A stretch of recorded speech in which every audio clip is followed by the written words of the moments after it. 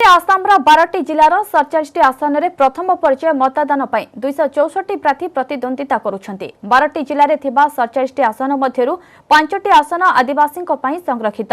प्रथम पर्यायर स्वाधीन प्रार्थी को मिसाई मोट 264 जन प्रार्थी प्रतिद्वंदिता करुछन्ति।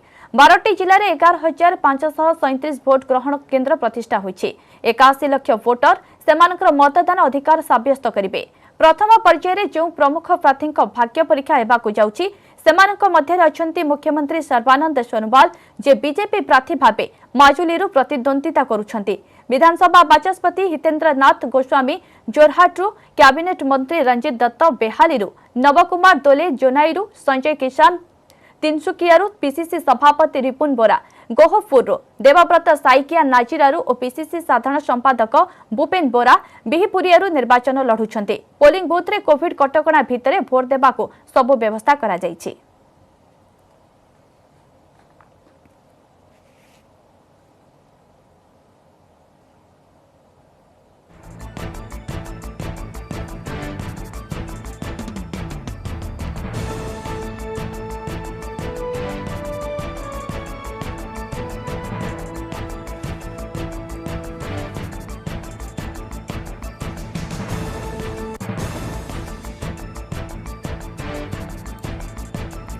आसामर 12टी जिलार 47टी आसन में प्रथम पर्याय मतदान 264 प्रार्थी प्रतिद्वंदिता करुछन्ति। 12टी जिले में 47टी आसन मध्यरु 5टी आसन आदिवासी संरक्षित।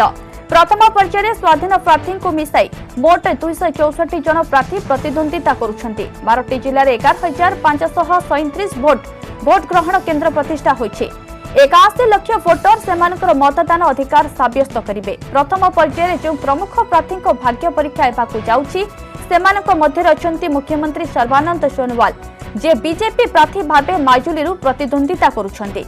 विधानसभा बाचस्पति हितेन्द्र नाथ गोस्वामी जोरहाटरू, कैबिनेट मंत्री रंजित दत्त बेहालीरु, नवकुमार दोले जोनाईरु, संजय किसान तिनसुकियारु, पीसीसी सभापति रिपुन बोरा गोहपुरु, सेभली देवव्रत साइकिया नाजिरारु और पीसीसी साधारण संपादक भूपेन बोरा बिहिपुरियारु निर्वाचन लढुछन्ति।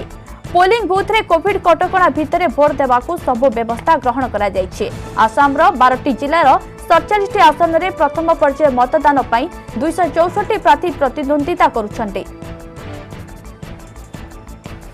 इस संपर्क में अधिक आलोचना आसाम जोड़ी होती सीधासख निलय भट्टाचार्य। निलय, अब तक पहला चरण तो मतदान जारी है, अब तक कितने प्रतिशत मतदान हुआ है? जी स्मृति, देखिए सुबह 7 बजे से जो मतदान शुरू हुआ है शाम को 6 बजे तक चलेगा और अब तक जो यहाँ के चुनाव आयोग का जो संख्या है 9 बजे का जारी किया गया संख्या है उसके मुताबिक करीबन 10.14% मतदान अभी तक हो चुका है, जो निश्चित रूप से एक बहुत अच्छा आंकड़ा है। और अगर इसी रफ्तार से मतदान होता रहा तो करीबन 12-1 बजे तक हमें करीबन 40-45% के करीब आसपास हम मतदान देख सकते हैं, क्योंकि ये असम की ऊपरी असम के जिलों में जैसे डिब्रूगढ़, तिनसुकिया, शिवसागर, जोरहाट, नौगांव, धेमाजी, तेजपुर, विश्वनाथ और लखीमपुर जिलों में ये मतदान हो रहा है। करीबन 47 सीटों के लिए आज मतदान हो रही है।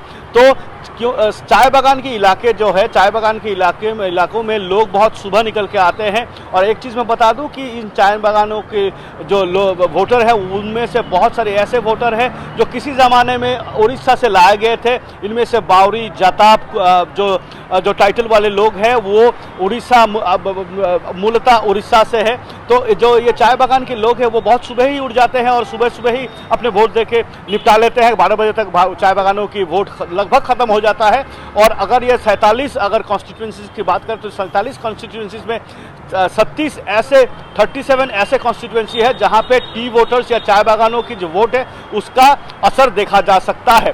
अब निश्चित रूप से ये पहली चरण में असम के मुख्यमंत्री सर्बानंद सोनोवाल, अपोजिशन के लीडर देवव्रत साइकिया, असम कांग्रेस के प्रेसिडेंट रिपुन बोरा, एजीपी के प्रेसिडेंट और असम के कृषि मंत्री अतुल बोरा समेत बहुत सारे ऐसे की कैंडिडेट्स हैं जिनका भाग्य आज निर्धारण होने वाला है। और इसके साथ साथ जो दो मुद्दे पे इस बार असम के, तो 3 मुद्दे पे असम के चुनाव लड़ा जा रहा है, उन 3 मुद्दों से में से 2 मुद्दे का असर, दो मुद्दों की असर इस पहले चरण में देखा जा सकता है, जिसमें से असम के चाय मजदूरों की जो मेहनताना है उसको लेकर, और दूसरी बात है एंटी काक का सेंटिमेंट्स, जो एथनिक सेंटिमेंट्स या यहाँ की जो लोगों की जो सेंटिमेंट्स है, असमीज लोगों की जो सेंटिमेंट्स है, उसको लेके मत डालने का जो एक एजेंडा या एक इशू है, उसका भी असर इसमें देखा जा सकता है।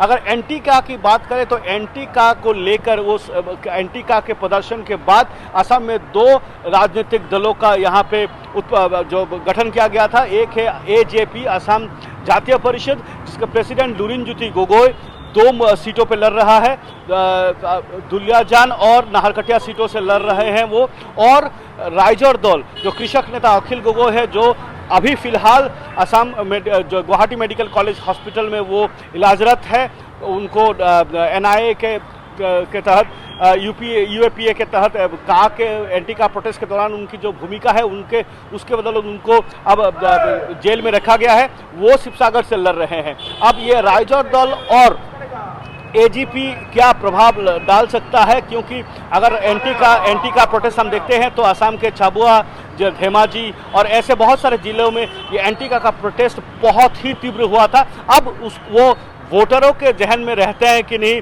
क्योंकि बीजेपी का कहना है कि का लेके इस बार जो मतदाताओं में कोई असर देखा नहीं जाएगा, क्यों बनस्पत लोग इस बार उन्नति, प्रगति और बीजेपी का जो तरक्की किया है राज्य के लिए, उन कामों के मद्देनज़र लोग वोट डालेंगे। तो निश्चित रूप से ये जो पहले चरण का जो मतदान है, ये बीजेपी और कांग्रेस दोनों के लिए ही बहुत अहम है। बीजेपी के लिए बहुत अहम है क्योंकि बीजेपी का मित्रजुट को 37 सीट मिला था 2016 में, और इस 37 सीटों से का आंकड़ा उनको छूना ही होगा, या तो इससे बेहतर करना होगा, क्योंकि अगर जब का के मुद्दा आ जाएगा तो दूसरी चरण और तीसरे चरण में ग्रैंड अलायंस की बात है, जो कांग्रेस, AIUDF, लेफ्ट पार्टीज का जो ग्रैंड अलायंस है, वो ग्रैंड अलायंस का असर बताया जा रहा है कि करीबन 60 से 61 सीटों पे हो सकता है, और ये 7 से 61 सीट जो है वो दूसरी और तीसरे चरण में होगा। तो पहले चरण में ही बीजेपी को एडवांटेज में आना है, और इस एडवांटेज में आने के लिए बीजेपी ने कोई कसर नहीं छोड़ा था।